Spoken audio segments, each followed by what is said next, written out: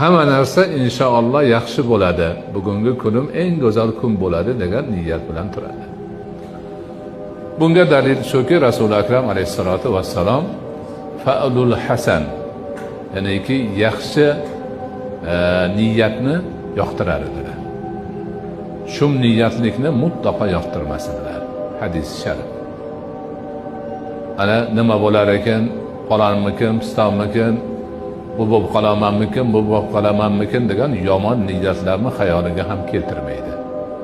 Faqat yaxshilik, faqat yaxshi umidvorlik ma'nosini o'zida mujassam qilgan holda mo'min banda o'rnidan turadi. Doimiy ravishda shundoq bo'lib yurish kerak.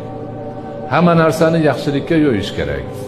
Hamma narsadan faqat yaxshilikni kutib, Allohning o'zi bizga shu yaxshilikni beradi degan niyatda yurish kerak.